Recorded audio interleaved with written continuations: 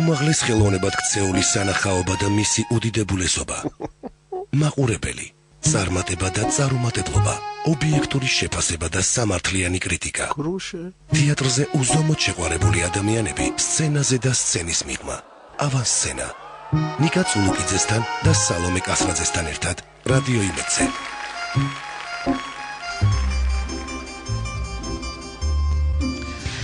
საღამოშვიდობისა მოგესალმებით ძვირფასო რადიო მსმენელებო, დღეს სამშაბათია, სამშაბათის საღამოა და ჩვენ საუბრობთ თეატრზე და არაფერზე თეატრის გარდა. საღამოშვიდობისა, დღეს საკმაოდ საინტერესო ეთერი გველის და ელის ჩვენ მსმენელს, მაგრამ მანამ აუცილებლად უნდა შეგახსენოთ, რომ ჩვენ გვაქვს ახალი სერვისი რადიო იმედში, ეს არის SMS შეტყობინებები.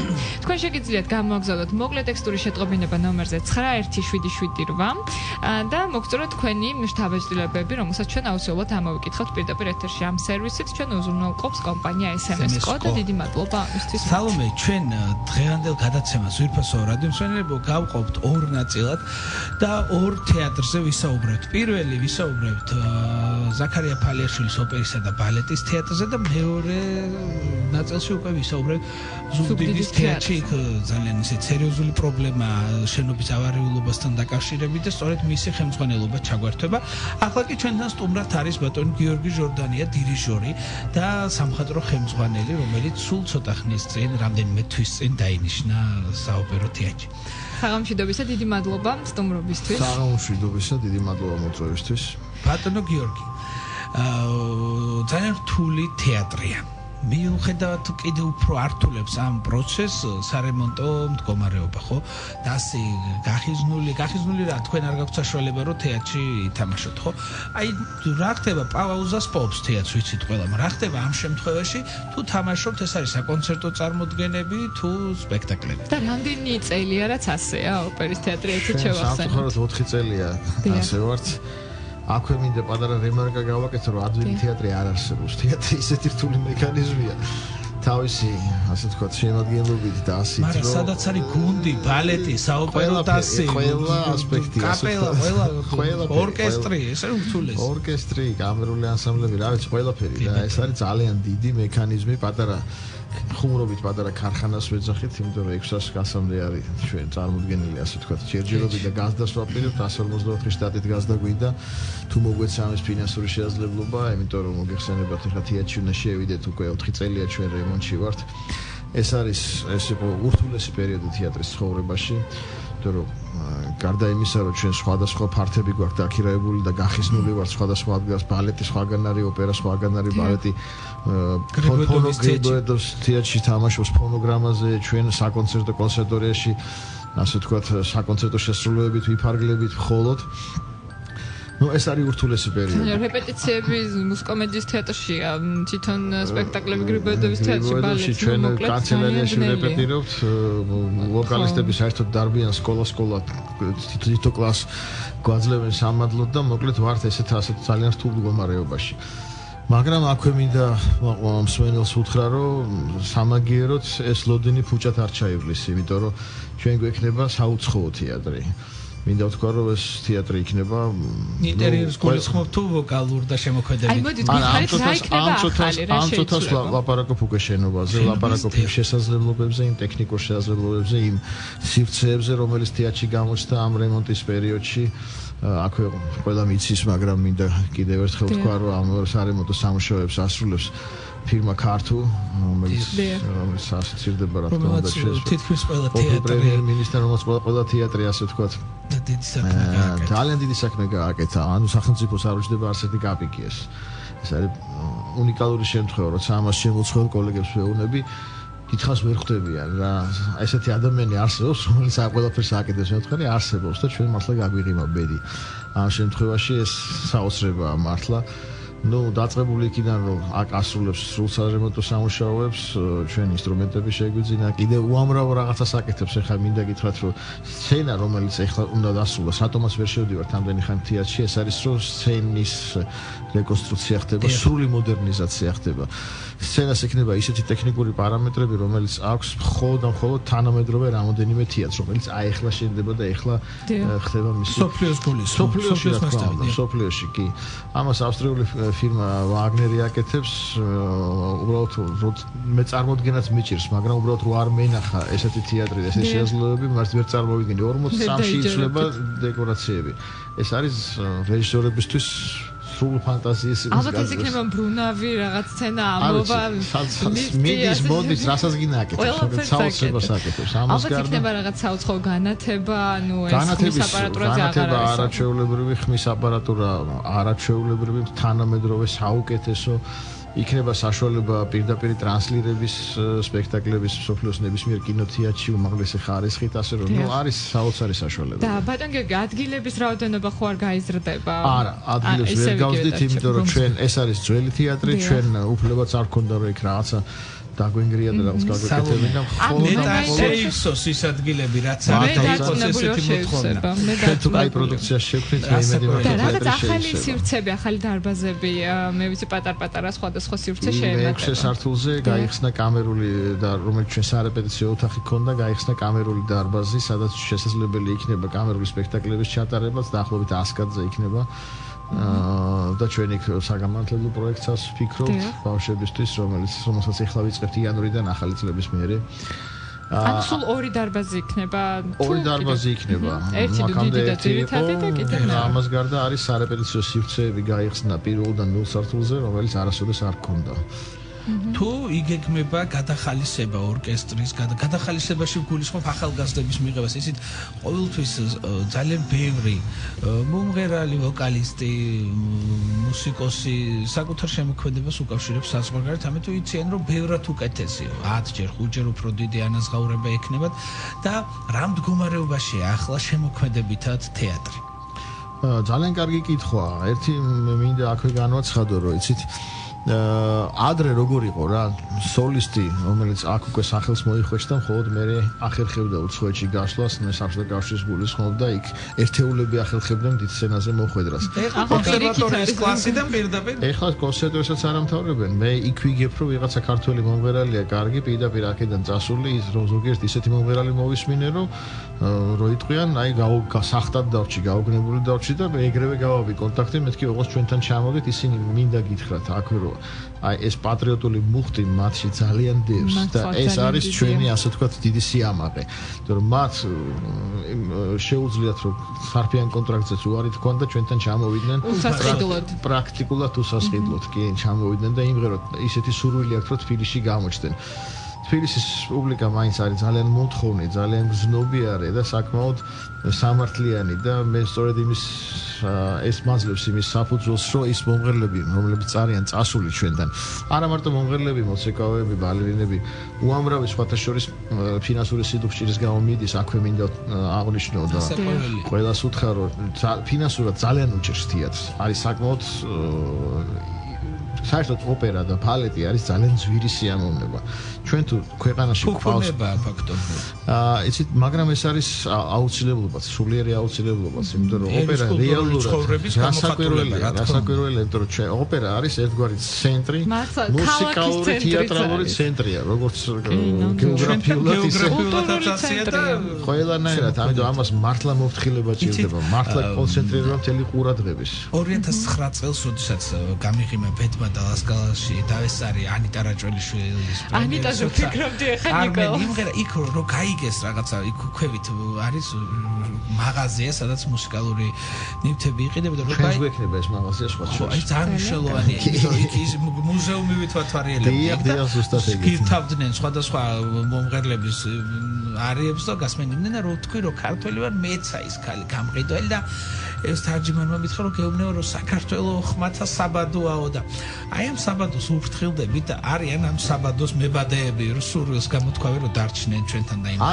არიან და ჩვენ სხვათა შორის ახლა საკმაოდ ისეთი მომთხოვნი ისეთი კონკურსი ჩავატარეთ ვოკალისტებზე რომელთაც მოსვლა უნდათ თეატრში იქიდან შეირჩა გარკვეული ნაწილი რომლებიც სტაჟიორებად ავიყვანეთ ამ ეტაპზე მაგრამ როგორც კი იმღერებენ სპექტაკლს და წარმოაჩენენ თავს ისინი სრულუფლებიანი წევრები გახდებიან ჩვენი თეატრის დასის ეხლა კიდე იქნება მოსმენა ნაწილი ეხლა მოვისმენთ ორკესტრში მსურველები არის ძალიან ბევრი რომ მოვიდნენ იმ სურველი იმდენია რომ ჩვენ უბრალოდ ფიზიკურად ვერ ვახერხებთ მაგ მიღებას, იმიტომ რომ ამდენი ამხელა ბიუჯეტი იყო მიღების საშუალება და მსურველი იყო ცოტა, ხო? ესეც ალბათ იყო ეგეთი, მე არ მოუსწრები ვარ მაგ პერიოდში, იმიტომ რომ ყოველთვის ფინანსური სიძულვე ყოველთვის იყო თეატრში და ყოველთვის 90-იან წლებში საერთოდ სამხატვრო ხელმძღვანელის ხელფასი 40 ცენტი იყო, მაგრამ ნუ იყო ეგ. აი, წეგან ჩვენ ავახსენეთ ის ადამიანები, რომლებიც დღემდე არიან დასში და აქტიურად ვღერიან და რეპერტუარის სწორედ მათზე არის ბატონი თემურ გუგუშვილი, ელდარ გეწაძელი, ანა კალმახელიძე, ალეკო ხომერიკი. აი, ვინ არიან ახალგაზრდები? მე ძალიან აქტიურად მესმის გვარი ჯორჯიკია, რომელიც სრულიად ახალგაზრდაა და ამბობენ რომ რაღაც აი ისეთი რომლებიც მათ ჩაანაცვლებენ აქტიურ მემკვიდრეობას ჩაიბარებენ ღირსეულს. ეს ჩვეულებრივ ეს არის ძალიან ჯანსაღი პროცესი, ძალიან ჯანსაღი პროცესია, როდესაც ჩვენი სახელოვანი საპატივცემულო მომღერლები უნდა ჩაანაცვლდეს ახალგაზრდობით. ეს არის ჯანსაღი პროცესი, მათ ეს ძალიან კარგად ესმით. სხვათა შორის ის 4-ეული, რომელიც თქვენ დაასახელეთ, მე მათ უდიდეს პატივს ვცემ, იმიტომ რომ მათ დაამტკიცეს თავისი ცხოვრებით, თავისი კარიერით, თავისი თავდადებით. დავასახელეთ ისინი, ვინც თეატრში არიან და რა თქმა უნდა, ყველა არ დაგასახელებია, რა თქმა უნდა, მაგრამ აი სწორედ ის 4-ეული, რომლებიც ეხლა ამჟამად თეატრში არიან და ჯერ კიდე თავისი ასე ვთქვათ, ხელოვნებით მაყურებელს ახარებენ, მათზე ჩვენ საკმაოდ ზრუნავთ იმ ხრივ, რომ ჩვენ უნდა შევინარჩუნოთ, რა თქმა უნდა, ეს ხალხი და არა მარტო შევინარჩუნოთ, მათ ახლა უკვე სხვა დავალებაც აქვთ, მათ აქვთ ისინი პედაგოგები არიან ამ ახალგაზრდების, რომლებიც მოდიან და ეს არის ჩემი აზრით სწორი პროცესი, იმიტომ რომ ეს თავისი გამოცდილება, რაც მაგათ აქვთ, ეს ვოკალური კლასი, რასაც მე ვეძახი, რომელიც ჯერ კიდე ახალგაზრდებს ჯერ კიდე არ აქვს შეძენილი ეს კლასი.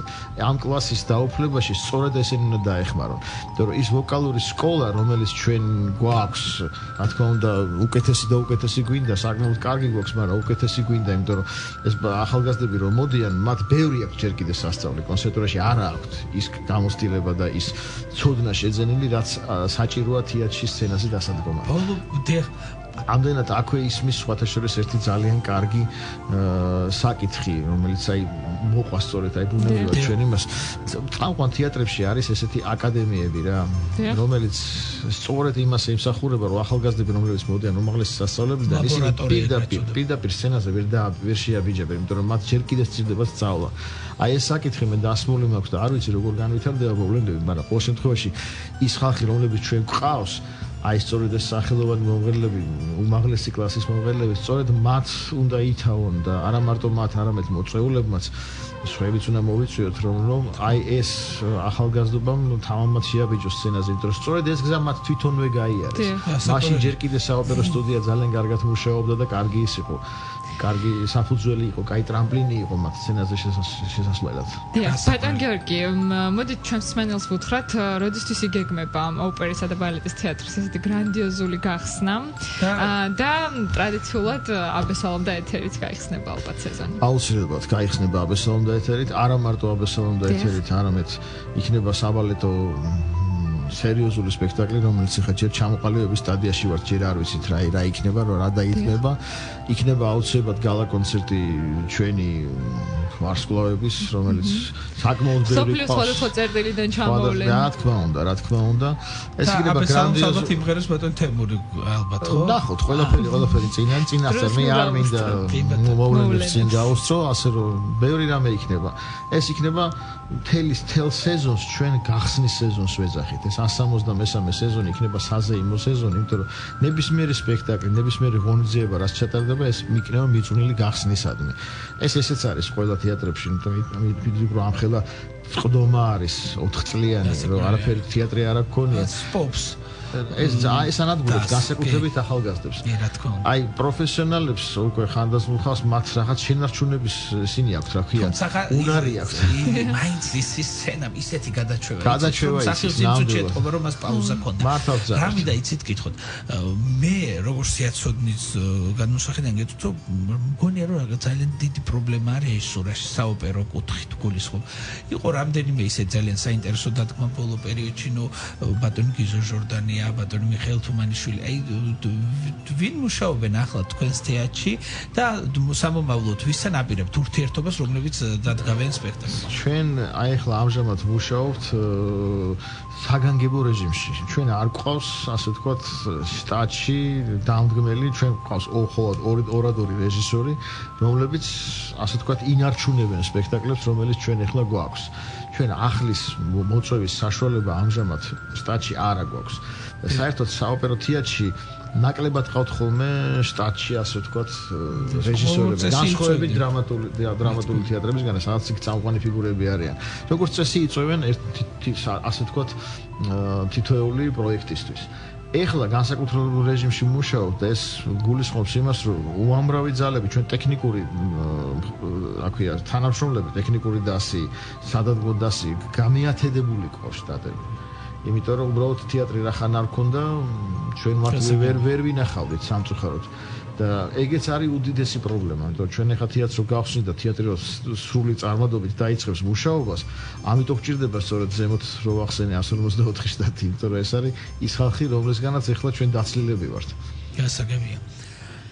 მოკლედ ის ჩვენ რო გისურვოთ წარმატება, გისურვოთ მაყურებელი, რამე თუ ძალიან გულსატკენია, ხშირად მინახავს საოპერო თეატრში, კანტიკუნდათ ის ცნობილი ორი რიგი, რომელსაც ყველა სახეზე ვცნობთ, გარკვეული მოხუცი თუ საშუალო ასაკის ადამიანებს, არ მიეშევერთეს მათ და ვიაროთ საოპერო თეატრში. და მთავარი არ გითქვამს, როდის იგეგმება გახსნა 2014 წლის? ეს არის დამოკიდებული მასზე თუ როდის შეგვიშვებენ სცენაზე. თუ შეგვიშვეს მარტში გავხსნით ოქტომბერში, თუ შეგვიშვეს აპრილში, ნოემბერში და ასე შემდეგ. ხველოდებით ავსტრიელებს. 2014 წლის გარშემო ტრიალებს. ჩვენ აუცილებლად არა, 2014 წელს ეს არ გადაცდება, ამას სრული პასუხისმგებლობით ვაცხადებ. მე მომწადები ჩვენთან და უკვე დავპატიჟებთ უშუალოდ. მე ერთი სული მაქვს, ერთი სული მაქვს. კონკრეტულ თვით და რიცხვის დიდი მადლობა. დიდი მადლობა. ბატონ გიორგი ჟორდანია იყო საოპერო თეატრის სამხატვრო ხელმძღვანელი და დირიჟორი ჩვენ დღევანდელი გადაცემის სტუმარი. მეორე ნაწილში ზუგდიდის თეატრთან თეატრში არსებულ პრობლემებზე ვისაუბრებთ. დაგველოდეთ. ავანსცენა ნიკა წულუკიძესთან და სალომე კასრაძესთან ერთად რადიო იმედზე.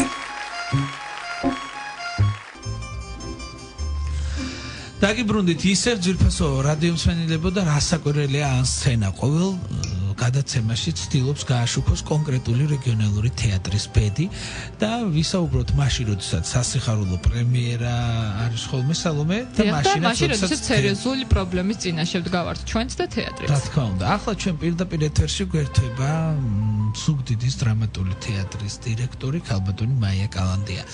საღამომშვიდობის ქალბატონო მაია.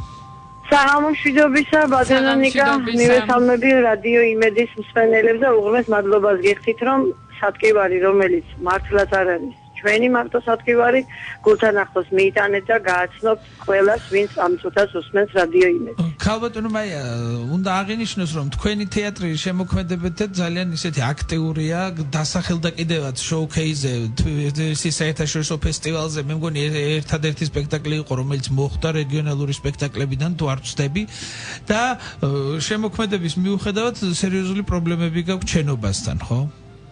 დიახ, ესე იგი, მოგახსენებთ, რომ დავიწყებდა ისტორია ზუგდიდის თეატრის მოკლედ შევეცდები წარმოგიდგინოთ. წელს ჩვენი თეატრი გახდა 155 წლის, ანუ იმ პერიოდიდან, როდესაც ზუგდიდში გათამაშდა პირველი სპექტაკლი, ეს გახდათ მოლიერის ზალა დექიმიდა, რომელიც დადგა ანტონ ფურცელაძემ, რომელიც იყო დადიანების კარის მოღვაწე, ანუ მათ მიერ მოწვეული საზოგადო მოღვაწე, ქართველი და სამეგრელოში იმხანად საქმიანობდა, მან დადგა პირველი სპექტაკლი. იმ პერიოდიდან გავიდა 155 წელი. 1133 წელს ზუგდიდის თეატრს მიენიჭა სახელმწიფო სტატუსი და თამამად შემიძლია ვთქვა, რომ ისეთ სავალალო მდგომარეობაში ამ 155 წლის მანძილზე ზუგდიდის თეატრი არ ყოფილა როგორ დღეშიც ვართ დღეს. ეს ნელ-ნელა დაგროვდა 80-იანი წლებიდან, შენობა არის 1947 წელს აშენებული და დღეს აი ესე შემიძლია ვთქვათ ვინგრევით.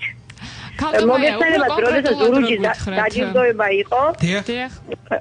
ბატონიკა, შემდეგ უკვე გითხარით, რომ წინასწარ რო გეთქვათ, ვიტყოდიო, რომ აი 2 დღით ადრე რომ არა უბედური შემთხვევის ბედნიერი დასასრული 4 მეტრო ნახევარში სამხატვრო ხელმძღვანელი ბატონი ბადრი წერედიანი ჩავარდა, ჩაინგრა იატაკი და ჩაიტანა დაბლა.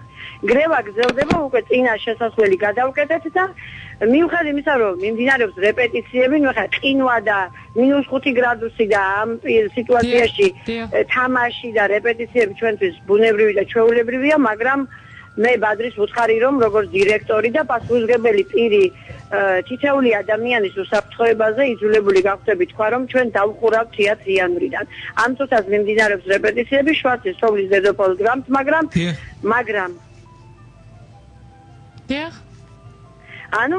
ანუ უკვე არ არის იმის საშუალება, რომ გავაგრძელოთ და მივიღოთ მაყურებელი. თუ გპირდებათ ადგილობრივი ხელმძღვანელობა ან იცით რაში არის საქმე? ეხლა მე ვიყავ იმ გუნდში, რომელიც 9 წელი იყო ხელისუფლებაში.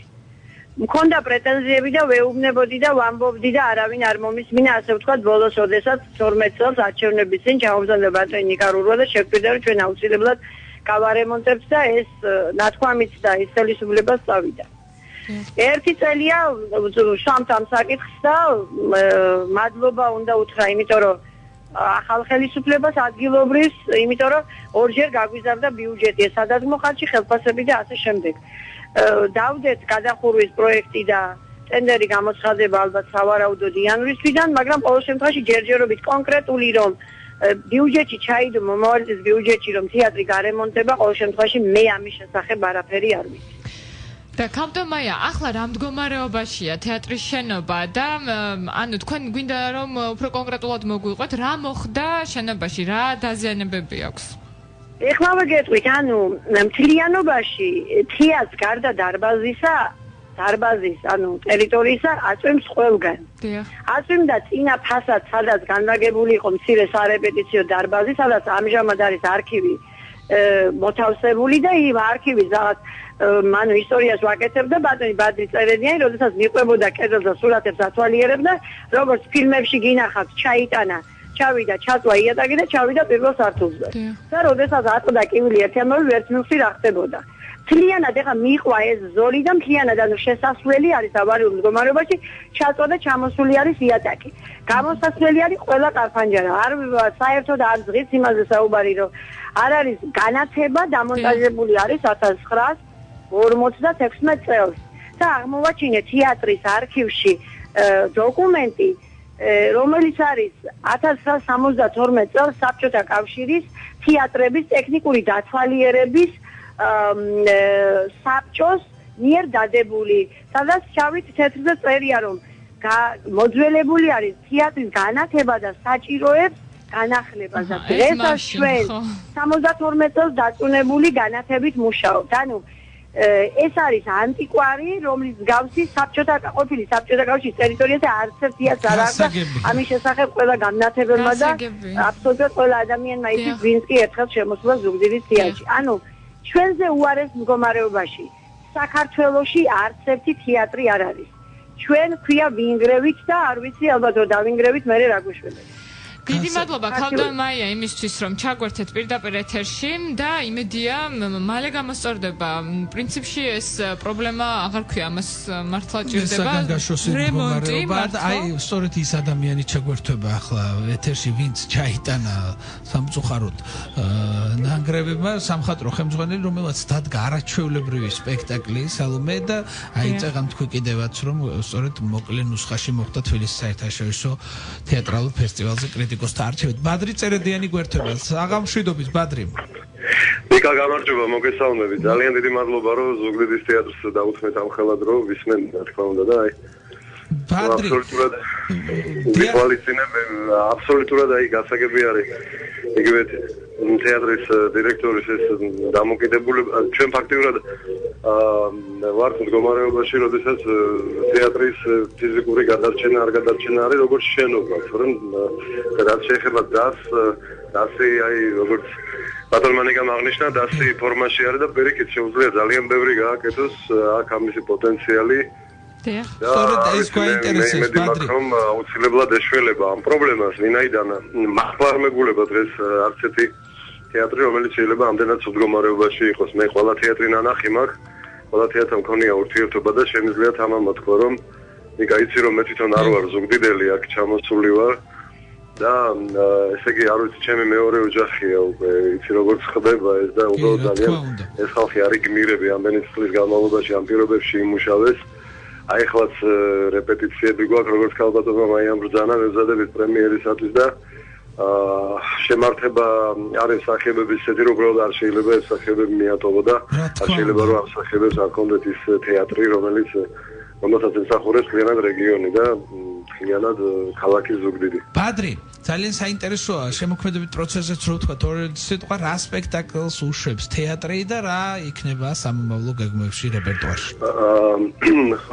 ესე იგი ჩვენ შვარცის თოვლის დედოფალი ნიკა რა თქმა უნდა კარგად იცი რა მასალაზეა ლაპარაკი ეს ანუ ესეთი კლასიკური ნაწარმოები ზღაპარი რომელიც გვინდა ვაჩუქოთ ქალაქს და დარწმუნებული ვარ რომ ყველაფერი ძალიან კარგად ჩაივლის შემოქმედებითად თუმცა გათხოვება არ არის თეატრში და მოგვიწევს სიცივეში თამაში მიუხედავად ამისა დარწმუნებული ვარ რომ მაყურებელი იქნება რომელიც გვერდში უდგას თეატრს და მუდმივად ესწრება მის წარმოდგენებს ეს კიდე ერთი ფაქტორი არის იმისათვის რომ ძალიან მოინდომო ადამიანმა და ყველაფერი გააკეთო აი ნამდვილად ეს დამოკიდებულება მაქვს დღეს ამ განწყობით ვარ და შემდეგ კიდე ნიკა ძალიან ბევრი შემოქმედებითი ახალი გეგმები გვაქვს სპექტაკლების რაოდენობით და კიდე სხვადასხვა პროექტებით რომლის გვერდით ქალაქი დგას ჩვენ გვინდა საგანმანათლებლო